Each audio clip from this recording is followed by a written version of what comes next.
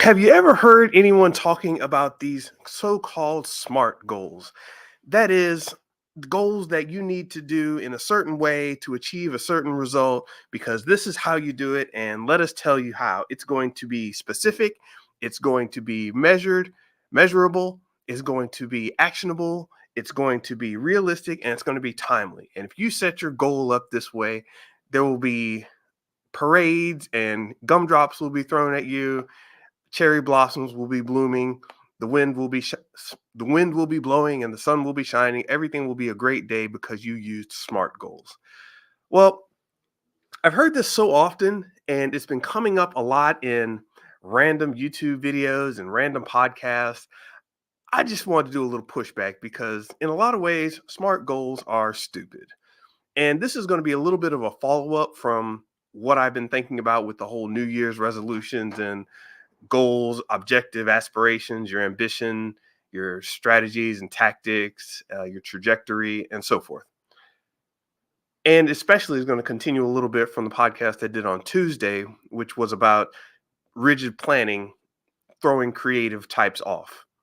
So, if you've been listening, you know I feel that everybody's a creative in a certain light. Everybody's a creative in a certain way. Everybody's building something, they're taking something from a form they do not want or want to be better, and they're improving on it and making something more to their liking, more to their expectation. You're creating all the time. You're creating happy family, you're creating a happy home, you're creating a better body, you're creating a better mentality. You're creating a project at your job. You're creating a, nicely landscaped lawn. You're creating a tax reform. Whatever you're doing, you're creating. And the certain mindset of creativity is necessary and is something that I've studied for a while, something I've lived in, made video games professionally for 13 years, and worked in this creative aspects all of my life. So I'm just now starting to really express and talk about some of the things that I've learned and have discussed with people on a professional and social levels. So this whole creativity thing in terms of goals. Well, as we said before, a goal is a stated objective. Um, it's a very specific, by nature, a goal is specific. It's usually something like, and we're going to use the weight loss example as something that it's a classic one that always comes up, and it's what a lot of people are thinking about in the new year. So we'll stick with it. You want to lose 20 pounds by a certain date. By March, let's say, you want to lose 20 pounds by March. That's going to be your goal. And goals, by their very nature, are specific, and that's fine. Goals have their place, they have their purpose. Don't get me wrong there. But somewhere along the way, we got this idea that everything should be a SMART goal. And if you obviously went against the idea of a SMART goal, then you weren't very smart. You were probably, that's the connotation when people come up with these types of statements. But once again, let me just go over this really quickly because we're going to hit everyone section by section, and we're going to go step by step with this. Not going to go crazy in depth on it. I have some things written up on the topic, but suffice to say, smart goals don't work out for a lot of people, and they may be part of the prevailing reason why a lot of your goals in general don't work out for you. A lot of your resolutions may have fallen short because you're probably following a mindset of these smart goals that have been pushed on you. So once again, you got to keep these in mind. To be a smart goal, it needs to be specific. Sounds good. It needs to be measurable. Also sounds good. It needs to be actionable. You need to be able to take action on it. Okay. You need to be realistic. Sure. And you need to be timely. That means it needs to be based in time in some form or fashion. It needs to have a schedule, needs to be um, have a deadline, or so on.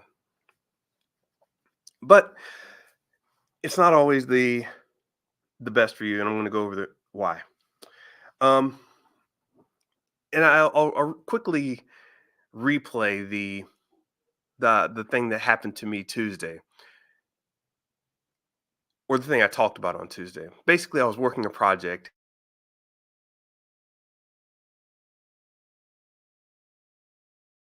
corporate project, and we wanted to make sure everything was smart.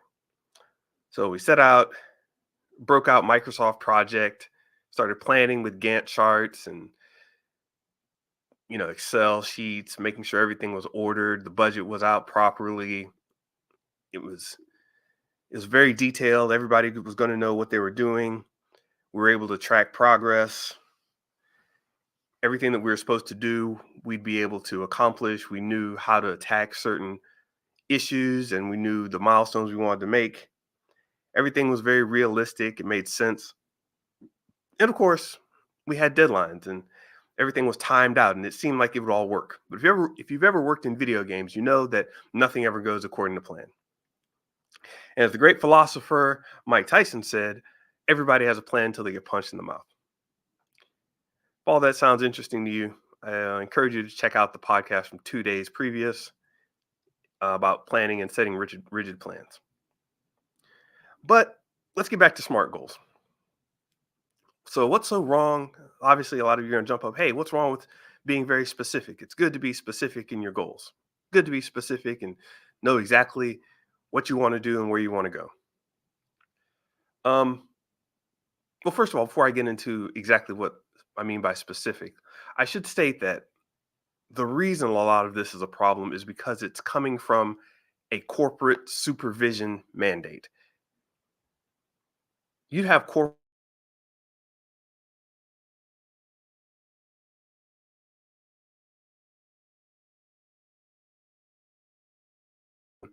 a lot of the average person's dealings with their professional growth and their personal development or their self improvement.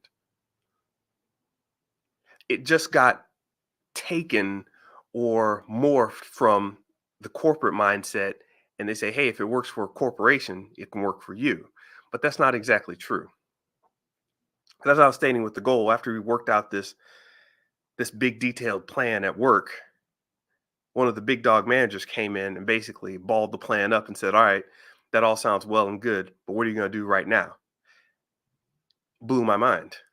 It's like, oh, okay, you're right. I got all this stuff planned out and it doesn't necessarily relate to reality. The the boots on the ground situation is wildly different than whatever somebody else has sitting in some conference room somewhere. So the first thing I want to just attack or jump on right quick is the idea that something needs to be specific. So a lot of times they'll tell you you need a specific goal. It has to be very well defined in terms of what you're going to do, how you're going to get there, what it's all going to look like in the end. And this is a good visualization practice at best because you don't want to just go around kind of lost roaming. If you say, yes, I'm trying to get to that mountain over there, getting a plan together is probably a good idea. You're like, okay, yeah, we're gonna get in the car, we're gonna get dressed, we're going to make sure we have enough gas, we're gonna stop by, pick up some snacks, we're gonna start on the drive. We've used our GPS, we know how long it's gonna take to get there, we know the exact route. That's fine. Specific is good to a certain degree because at some point things are going to come up. Things are going to arise where it's like, well, you know what? I tried to get up at this time of the day, but when I checked the GPS, it said it would take 3 hours. Now it looks like it's going to take 5 hours because of traffic. Oh man, I didn't account for traffic. Right, right, right. Okay, so now you're driving and you got to get off the road because there's too much traffic and you're going to have to take a detour. Somebody needs to reprogram the GPS. Oh crap, now our phone needs a charger. We don't have one in the car. We're going to have to stop at a Best Buy. Well, crap. And all your plans start to go awry. But if you're listening to a lot of the corporate logic, it says stick with the plan as much as stick with the plan, follow the script, run the play. But when you've got big goals, the bigger your goal starts to get, the more unclear things start to look. And maybe you don't need things as specific as a corporate supervision mandate would tell you, because that's for them. If they can mark down on a spreadsheet or a sheet of paper that, yes, this person, this group, this team this workforce was able to reach this goal at a certain time, then everything seems like it's in order. But in reality, even from the corporate side of things, what happens is that supervision turns into management where you need to manage every little aspect of what's going on to see if we can get back on course. It's something I call clipboarding, where you're walking around with the clipboard, checking the status of everything, making adjustments here and there. But if you're one person and you're trying to follow things very specifically, this can be very draining. This could be very frustrating, infuriating in many situations where it's like, oh, well, I thought it was supposed to work out this way. And they told me that if I just did this, and now I have to wait till Monday before I can talk to my mentor again and find out what I should do differently. And you know what? This whole plan, I thought it was going to work. It's not working for me. I've got headaches. My sleep schedule's all messed up. I thought I was going to lose 20 pounds by March. Screw it. I'm not doing it. I give up. I quit. And next thing you know, you're waiting until 2025 to get to your next goal. It's always this process of trying and messing up and then getting discouraged. What I want to do is encourage you to move away so much from this rigid specificity of a plan, of a goal, and start to work more towards a trajectory where you have this idea of where you want to go individually. In the very short steps, you keep your big idea, your big trajectory, your big goal, your big destination. That's fine. But along the way, your individual path, make sure those are specific, the small, short, individual steps along the way. And you keep updating them. If you write if you write your things down in like a notebook or a planner or a guidebook that some people use, or a travel journal or a work journal, you should see plenty of changes, updates, things scratched out, things inserted, things redacted, to-dos thrown in on the margins. You should see a lot of scribbles. There should be a lot of change. It should be a relatively messy process. If you are an individual trying to move quickly throughout your life, you will know that a lot of little things come up and will cause wrinkles in the system that you need to deal with. So that's debunking the first one, being very, very specific. If you're dealing in a situation that is more execution based than creative, then yes, you may want to really start nailing down the specifics. And over time you build up this process that always works. That's fine. And that is part of the creative process, that iterative improvement, that iterative learning. But on an individual sense, if you're trying to create something, you go with what works at the moment, that's going to get you to that next step, that'll get you to the next step after that. And let go of the specificity a little bit. Maybe you were supposed to have breakfast at a certain time with somebody, but it's like, hey, you know what? Send them a text and say, hey, listen, can you make it there a half hour earlier? Can we have breakfast a half hour earlier? I'm trying to get X, Y, and Z done. And they're like, well, I had plans and it was very specific, but I can change them up. Cool. Boom. Both of you have breakfast a half hour earlier. You just made an adjustment. So, point is, don't get stuck with the whole specific thing because that's stupid. Next, we'll go to being measurable. The problem with a lot of things being measurable is you don't know what to measure. You don't often know what the measurement means. And you don't often understand the quality of the metrics until long afterwards, or until you've been doing it a few times. At any really small valuation, measurements they can be tricky. Say, for example, you've got a penny stock, just, well, we'll stick with the weight loss. Once you start going to the gym and the very first day you start to measure your progress, and it's like, cool, Went to the gym, marked off one day on the calendar. I ended up sweating. My heart rate got up to, whatever beats per minute, 160 beats per minute. Cool. I'm good. I measured that, wrote it down. Then you do that the next day and the day after that. You may notice that you start to gain weight. It's like, oh, wait, I gained weight. How did that happen? Okay, well, I thought I was getting better. I'm only 2 weeks into this, but it seems I've gained weight. How'd that happen? Or maybe you go to the gym more and you don't sweat as much. So you're noticing how much you sweat. You're trying to measure that, and it's like, well, wait a minute, I'm not sweating as much. What happened? Was it something I ate? Was it? Well, hold on, my heart rate is not as consistent as. You start looking at all these numbers and all these facts, and at any small enough scale, for any appreciably small scale, the numbers don't mean that much. Numbers start to really mean something when you're looking long term. I was having the discussion with somebody about this on their podcast. We were looking at podcast numbers and they're like, well, our podcast numbers doubled.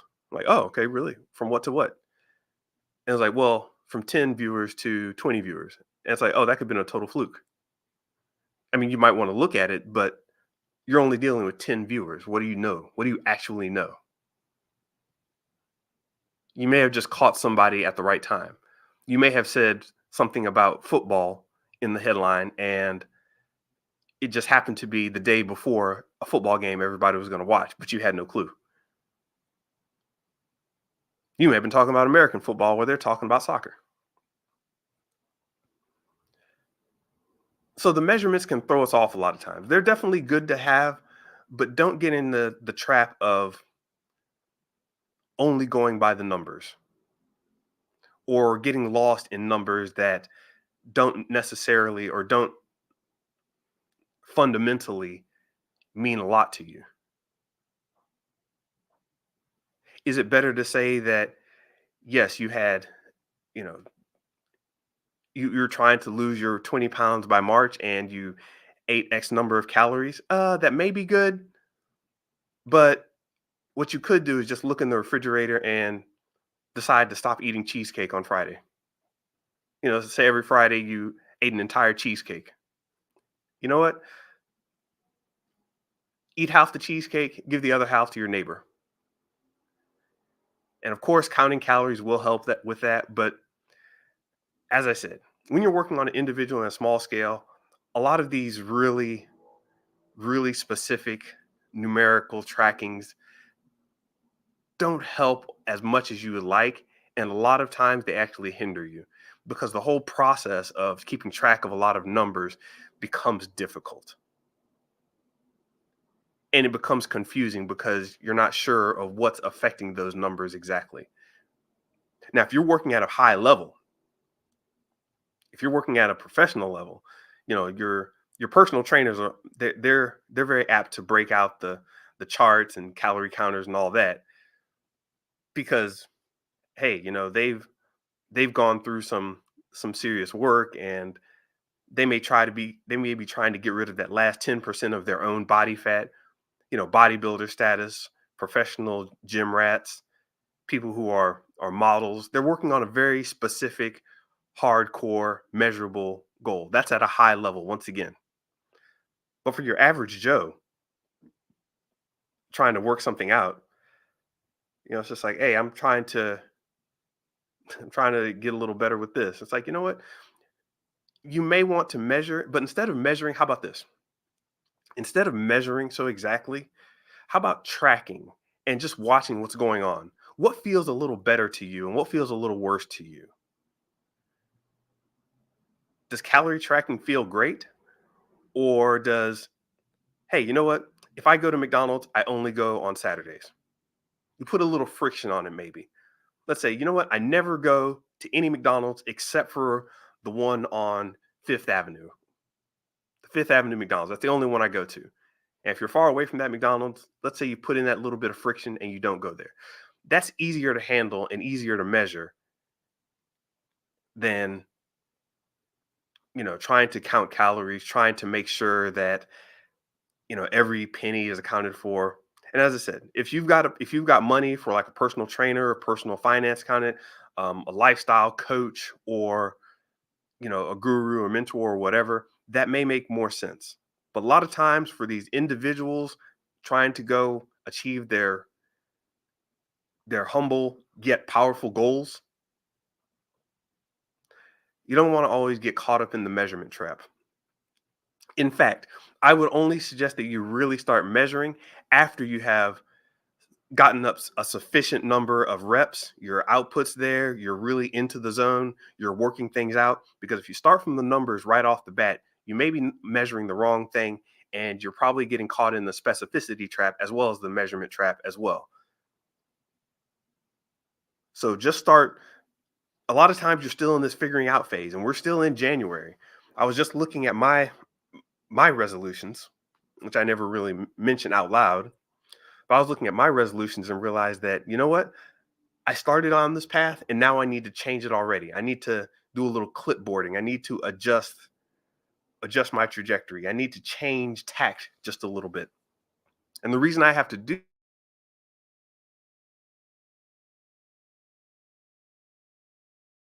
huge amounts of things that need to be put in a spreadsheet.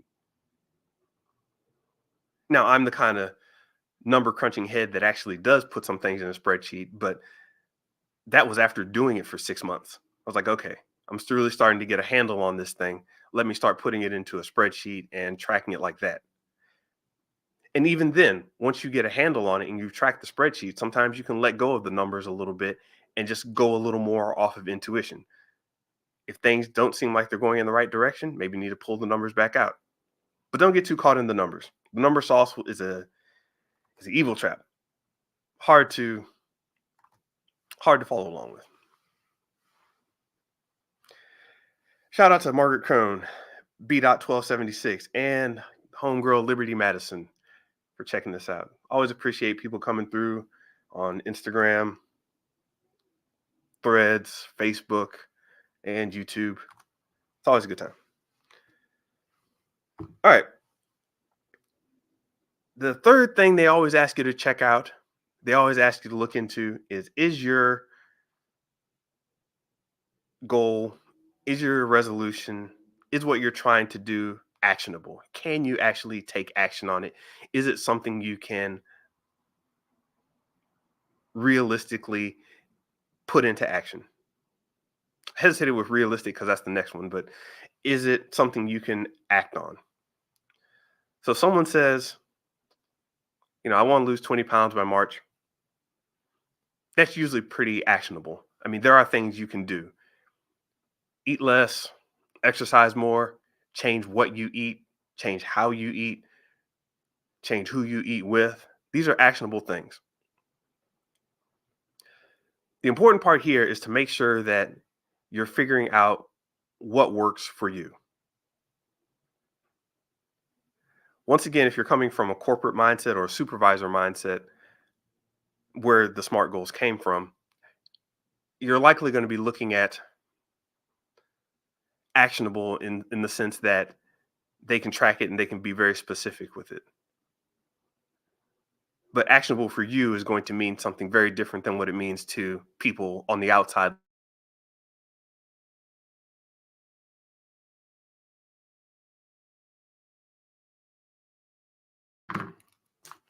Actionable comes in the A comes in two parts: actionable and accountable. But we'll get to that later. So when you say something's actionable, if you've got a if you've got a meeting that always occurs, and every time in this meeting people bring food or they cater food in, if you're expected to eat their food, otherwise be shunned or looked at funny, and this actually happened to me at a job, then you've got a problem. You're trying to work on your I was at one job and I'm trying to work on, what I'm eating and how I'm eating everything. And they kept on catering in nonsense that I didn't want. It was always pizza. There's always these, big greasy sandwiches, burgers from In and Out. Sometimes they would get stuff from Carl Strauss, call themselves high end, and it'd be these fried potato wedges, with pasta and greasy marinara sauce, and it was just always a mess. And as you're getting all this stuff, you think, how actionable is it for me to act on what I need? At some point, I tried to actually not partake in the food, and that got negative pushback. It's like, "Hey, you're not eating? Why aren't you eating? What's wrong with him?" And they kept on at it. It's like, "Geez, man." I just And then, of course, they cater in the salads, but the salads were never very good. It's like, so what do you have to do? I have to suffer and eat this salad that's not very good. Or if they order pizza, I just have to sit down and eat one slice of cheese pizza, which I really didn't want at the time. If I'm going to eat pizza, man, I want to get down and eat pizza, drink beer, sit on the couch, get fat. When I eat pizza, that's how I want it. So I started looking like a jerk because I would start bringing in my own food, have my own little drink, my own little my own little dinner, lunch, whatever time they were catering. Sometimes we got breakfast catered in too. It's a thing. But me bringing in my own food seemed like a slap in the face to the rest of the company. I wasn't sitting around getting fat and sluggish like everybody else, or at least I was trying to fight against it. And that is seen as a subtle attack on the way things were. So, was my plan very actionable? This is actually something you have to question. Is what I'm trying to do actionable? Oftentimes, they say it is when it's going to be difficult for you. So, yeah, one of these goals is always one of the parts of the SMART goals is always making sure something's actionable or not. A lot of times you really don't have a lot of choice in the matter, especially when you're an individual in a big system that's moving along a certain way. Is it actionable? Well, hey, just write down, here are the specifics, here's the things that we're going to measure. Is it actionable? And actionable also means, can you take action on it all of the time? Can you keep doing it? If you're working towards any type of goal or trajectory or end result, whether something is actionable or not is going to be whether it's repeatable or not. Can you take action on this repeatably in many situations? Can you repeat this process? And as I said, you're an individual. Let's say you're trying to go to the gym all the time, and you know what? God dog it. I got to take such and such to daycare. I got to go pick up this. Or wait, things are busy. I'm not even going to have the car on this day. How am I going to get to the gym? And suddenly, this rigid idea of being actionable has to change. So maybe it's not going to the gym every week. Maybe your action starts to loosen up a little bit and it starts to become a little less specific. I will I will move my body 3 times a week to the point where I start sweating. And maybe that's not even reasonable. Maybe that's not even actionable because you're at work and you're at home and it just seems goofy to you. There's no place inside the house, and maybe outside it's raining or snowing. It gets hard to be actionable all the time when there isn't a big system behind you. So actionable is actually very difficult in reality, but you should always try to take some sort of action. I want you to make sure you're seeing the difference there. Always make sure you're trying to take some sort of action, but when you write out your plan, you should understand that it's not always going to be an actionable action that you can take in the way you thought you would take it. You're going to have to get creative. You're going to have to get a little flexible.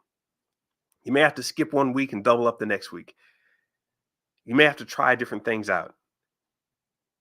You may have to call upon other people or other resources to get things working the way that you feel are in the proper action sphere. Uh, I don't even know what an action sphere is. Your probable way of getting things done is not going to be that probable. You're going to have to change it up until the rest of your workflow and the rest of your life starts to adjust to accommodate. You probably aren't going to be very routine with your actions. I'm being very routine with this podcast right now, but this isn't the first time I've tried this. It took a lot of effort. It took a lot of building towards this, getting this whole process, this idea, this mind flow set up. So now I can definitely obviously take action on it, but I couldn't do that before. I had to try different things out. I had to jump from a podcast to a live stream to a blog, and people are looking at me and saying, "Hey, I thought you were trying to take action on your goals." It's like, listen, I know I'm doing activities, I'm taking actions, but I'm still figuring this out. Step back a second or jump in and help me figure this out. But I didn't know what actionable was all the time. So actionable, I would rephrase that to be sure you're taking some type of action to learn from the real world what's happening. That'll help your goals be a little smarter than the stupid smart goals they mentioned. I probably should have started out by defining stupidity, but I'll leave that to the end, I suppose. So, along with actionable, I want to throw in another one. Um, Actionable should actually be changed to accountability. You want your goals to have some type of accountability if you're an individual or a small group. Because what can easily happen is no one takes account of what the little guy is doing or what you're doing individually. If you don't go to the gym, who's going to care? Who's going to hold you accountable? You need to have some system or process in place to make sure that you account for yourself. Some people like doing things like, well, if I ever missed going to the gym, I pay somebody extra money. And some people do that with subscriptions. It's like, well, I paid for it, now I have to use it, and that's enough to keep them accountable. And to other people, that just becomes a waste of money. But you need to find whatever goes on with you to keep you accountable. And no one brings up the accountability side of things. They want to use deadlines, which is the timely portion of this, which I'll discuss later, as accountability. But once again, this is coming from a corporate mindset, and that assumes accountability is in place. But you can't have that assumption. You have to bring accountability in yourself. So rather than worrying about the action you'll take because the action might change, think about the accountability. What are you going to do to make sure that you're accountable? How are you going to hold yourself to it? Maybe you have a friend, an accountability partner, somebody that you work with or that you keep tabs on, that both of you interact with each other and you keep each other on your toes. So you have accountability there. Maybe you have a deadline. Maybe you're accountable to your phone notifications when reminders come up. Maybe you're accountable to your children or your family or your wife or your parents. Something holds you accountable. Let's say you cancel your mother's Grubhub subscription and say, "You know what? I'm going to spend more time with my mother. I'm going to bring her food or make sure she gets food every week. I'm going to be the person who brings over food on the weekends and talks to my mother. I'm canceling her Grubhub account, save money, and gives me more quality time." Maybe that's something that you do to keep yourself accountable because the corporation isn't around to always do it for you. And if you're thinking of a SMART goal and applying it to yourself personally, you're going to need to work more on accountability than trying to figure out an exact action. All right, let's head to R. Is it realistic?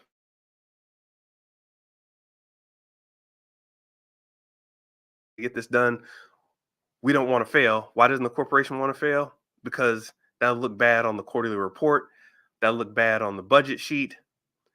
That'll look bad to the stockholders, and everybody starts to get all upset and up in arms that you didn't hit your projections, you didn't reach your defined goals, and everybody starts to get very upset when corporations don't hit their mark. But you're you. So you can be unrealistic. In fact, being unrealistic may give you that energy, that drive to do something that you haven't tried before. In fact, this is what they mean when they talk about big 10x goals. They don't actually expect you as an individual to hit your goals. You can undershoot your goals and still make it very far. The whole process of coming up with a big goal means you have to come out of your comfort zone. You have to come out of your area of expertise and start learning something new, extending yourself, and letting go of things that were holding you back before. There's a lot of research that has gone into this, and it works especially well for people who are individuals trying to work out a goal or an objective or trajectory. They have big ambitions.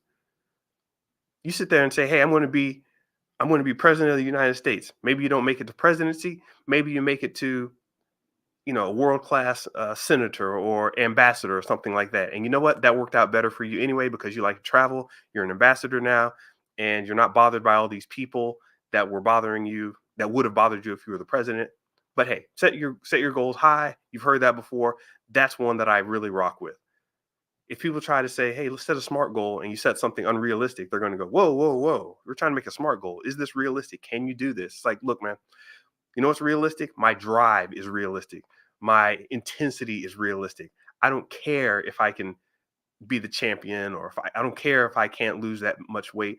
I'm going to work towards it. I'm going to do what it would take to get down that much. Will I fail? Probably, but failure doesn't mean losing to me. Failure doesn't mean being a loser. Failing is frequently attempting iterative learning. Write that one down, kids. I'll come back to that one later. But you don't need to be realistic.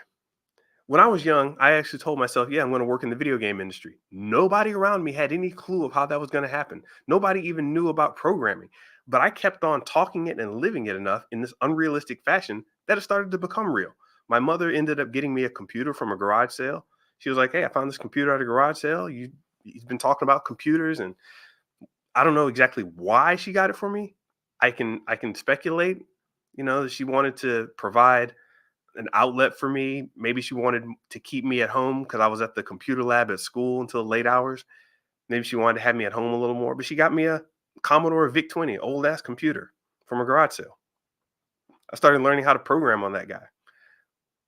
It was unrealistic, but I was like, I'm going to make the best video game ever on this Commodore VIC-20. People were laughing at me. They were like, "Dude, the thing's got a cassette tape for a drive. Are you kidding me? What are you talking about? You're crazy." I was like, "Nope, I'm going to do it. I'm going to make this awesome game. It's going to be on the Commodore VIC-20." Later on, that got updated to a 386 computer. Started programming in Quick Basic, Q Basic. It was badass. I was doing great things. Then a friend saw me program. My older brother's friend, who was into computers, Clay Gerard. Shout out to Clay Gerard. Shout out to my big brother Mallory. They saw me programming on this computer and they started talking about it. And guess what? They brought me software. They're like, "Hey, listen, I had these copies of these programming languages, Pascal and C. You might want to get into that." I was like, "Bam, this is going to be excellent." All of this came from an unrealistic goal. The energy, the intensity, the flow, the direction, the cycles, the movement, the momentum towards that unrealistic goal as an individual did far more for me than trying to set a realistic goal. Realistic goals should be thrown out the window. Screw your realistic goals if you're an individual. Make it mean something. Don't just pluck an. Here's the thing. Back to being specific. If you're trying to be not unrealistic, don't just pull a number out of the sky. Anybody can pull a number, 1 million, 2 million. I want to lose 300 pounds. I want to, that type of pulling a specific measurable number that you're going to try to take action on. Good luck with that.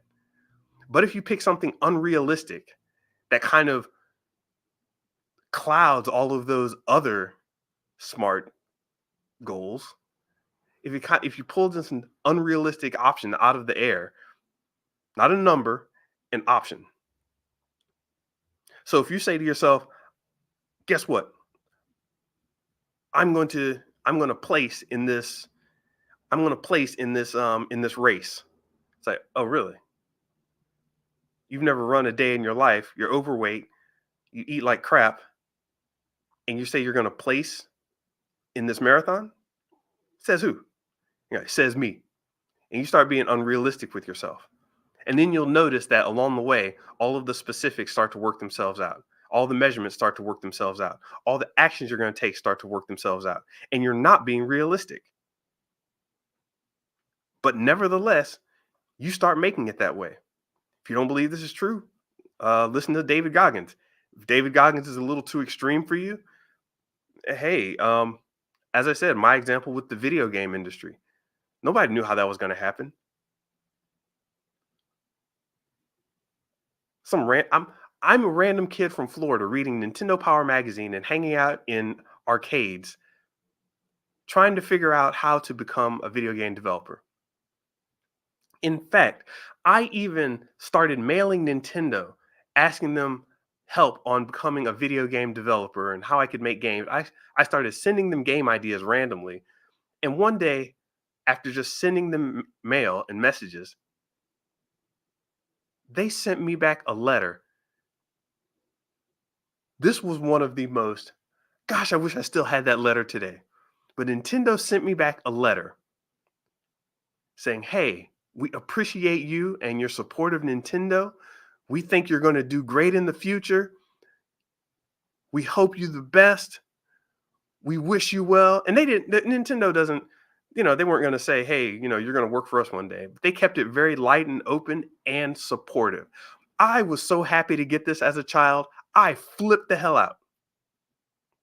Was it realistic to think that they're just going to take some random kid in middle school and cart him up to one of their game development? No, it wasn't realistic.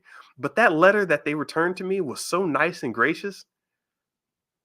That set me on a path of awesomeness. It wasn't even realistic to think that it could happen. And you shouldn't, as an individual with big goals, realism should be thrown out of the window. Get rid of that. Don't be smart with your goals. Don't be realistic. Make them a little big. And as I said, try not to pull a measurable number out of the sky. Just think of that big dream that you have and work towards it. Y'all know what I'm talking about. Shout out to everybody on Facebook, YouTube, Instagram, trying this multi-live stream thing, going over SMART goals, because as far as individuals are concerned, SMART goals are stupid. Let's see. Oh, we're already 46 minutes in, making good time. All right. As I said, I'm going to keep these to about an hour all the time. As always, if you have any comments or questions, you can check the post later on the blog, creativitythreadslife.com. It's all archived there. You can subscribe on Apple or whatever. Anyway, let me keep going with this final one. Keep it timely. This is another corporate push on SMART goals. Keeping something timely. That makes sense, once again, for the corporation, for the supervisor, for the project manager.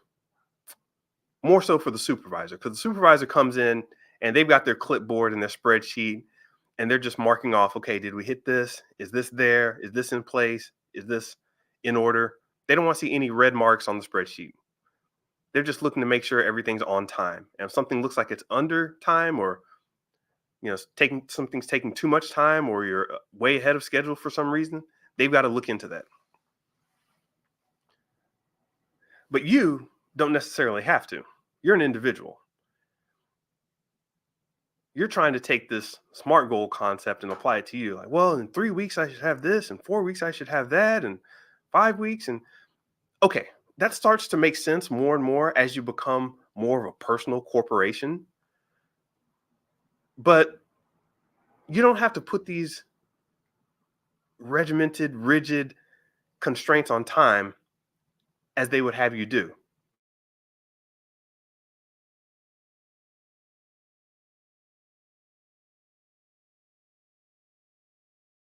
We said previously, if you have a deadline as a corporation, then there are repercussions.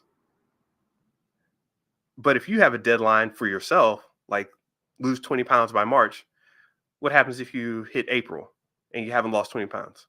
What? Does anybody care? No, you just missed a deadline. You just missed a number. No one cares. I mean, you may tell yourself and you may beat yourself up over the fact that you missed your deadline, but what does that actually mean? It doesn't mean as much for you. What matters in terms of timeliness is your time being spent well? Not worrying about a deadline, not worrying about solving someone's corporate spreadsheet problem, but are you spending your time well? On the back end, you can track your time like after the fact, like after you've been working out 3 months, or after you've been working out at the gym 3 times a week, 4 times a week, 5 times a week if you're bad. After, you can say, you know what, that was time well spent.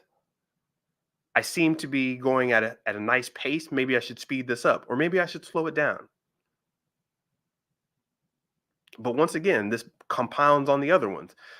If I'm not being realistic with myself and just pushing myself to go for a big, impossible, kind of out of my own league of understanding type of unrealistic goal, if I don't know the actions I'm going to take, if I'm being a little loose with the measurements, I just want to see progress, not necessarily being a stickler for the measurements. And if I'm not being as specific as a corporation would have me be, because I want to be very customized to my own experience, then what does a deadline even mean? What does a time crunch even mean if you're thinking about it personally? One day I will set a date for this podcast. One day I will set like a specific time, but right now I'm just showing up because I don't know yet. I don't know, maybe 5 a week is too many.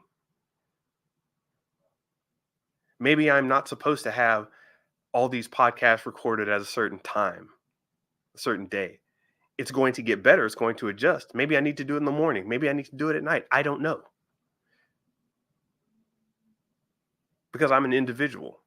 And most individuals with these types of goals, timeliness, take it or leave it. It doesn't matter as much as you think.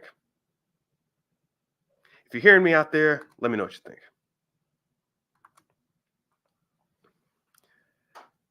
By the way, this started out as an Instagram thing.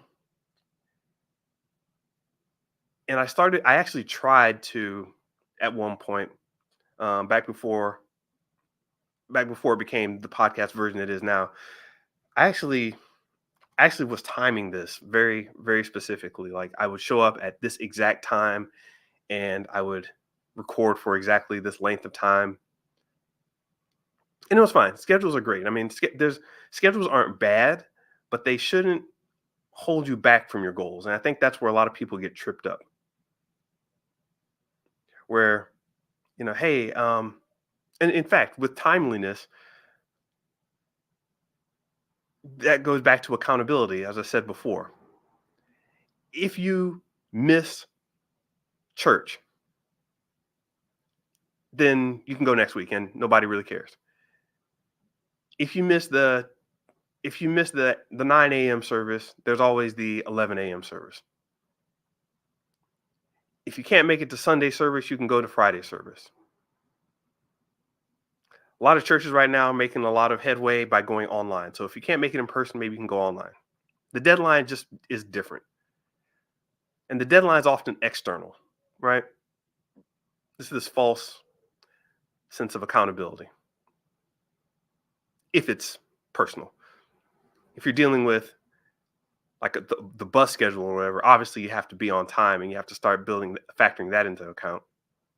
But when it's just you, or you're just trying to build something out for yourself, or you're in the very early stages, yeah, don't worry about timeliness. Speaking of timeliness, I actually did say that I would try to keep these to an hour. We can always go longer, we can go shorter, but I have the flexibility and I'm going to keep it around an hour right now. So, yes, you don't have to be specific, you don't have to be measurable, you don't have to be actionable. You should be accountable, which they don't really talk about enough. You don't have to be realistic, and you don't have to be timely. This is why I think SMART goals are stupid.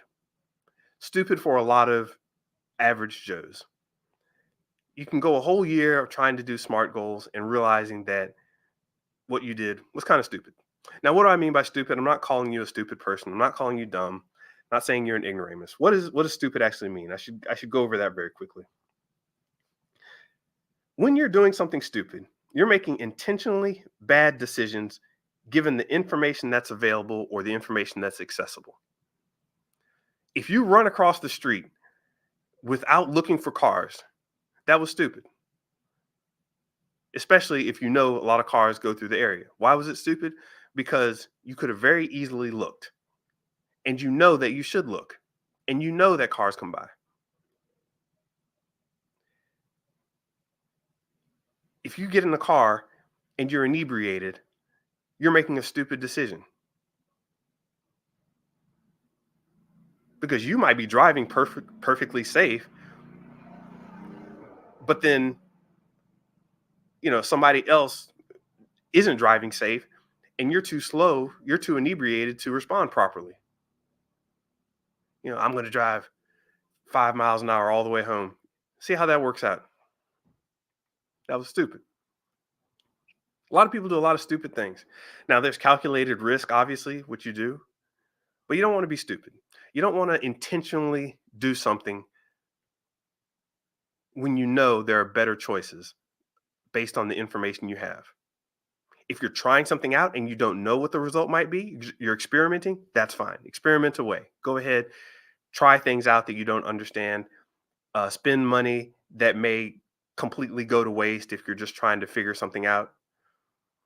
If you don't know what's going to happen and you want to learn, that's fine. Trying stuff out isn't stupid.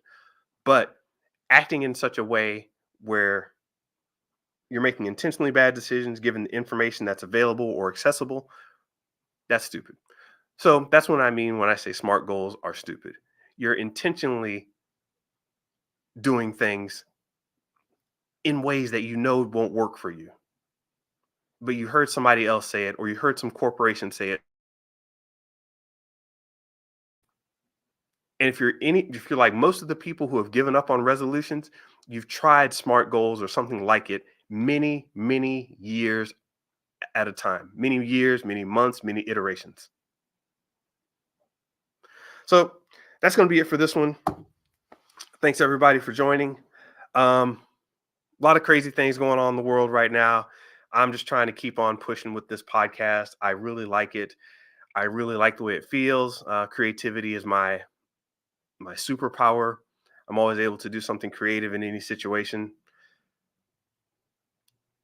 I was just talking with my man Theo from the Show versus Business podcast. We're watching changes happening in social media. We're watching changes happen in big changes in the world. I mean, there's a general attitude going on out there that's just it's just kind of weird. I was talking to people on Threads, Meeks Derek, the podcast player, and yeah, it's a weird state we're in. In fact, I'm going to Threads right now, seeing what people are talking about. Shout out to Just Shanti, Bird Gas, Light of the Game, Meeks Derek, Angelica Whetstone, Vakinti 47. Making good things happen on Threads. That's always a place where you can find me. Of course, I have my email newsletter out there as well. And let's see, what else is going on? By the way, I'm doing this. I decided to put the news and the banter talk at the end. I want to front load all the information at the front and then just talk nonsense at the end.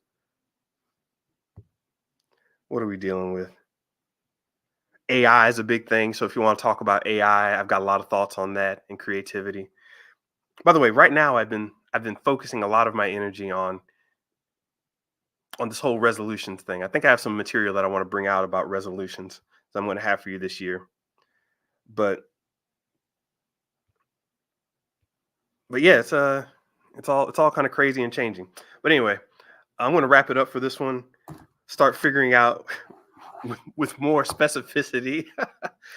uh, and yeah, I'm going to try to figure out what I'm going to do at the end of the podcast.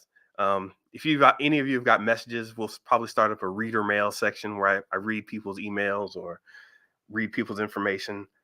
I want to integrate maybe I want to integrate threads and the email list a little more into this, so I'll do that as well. But yeah, trying stuff out, man. That's what 2024 is about. Maybe that's um maybe that's something big. Getting that community a little stronger. Check out Creativity Threads Life, by the way, and .com and the Creative Study Lounge. That's where the community and some of the merch is going to be at. Anyway, that's it for this one. I'm just off and rambling now. Be sure to check me out. Follow on Apple Podcasts or Spotify or Google Podcasts or whatever Google Podcast has become at this point. And I will get with you at some other point.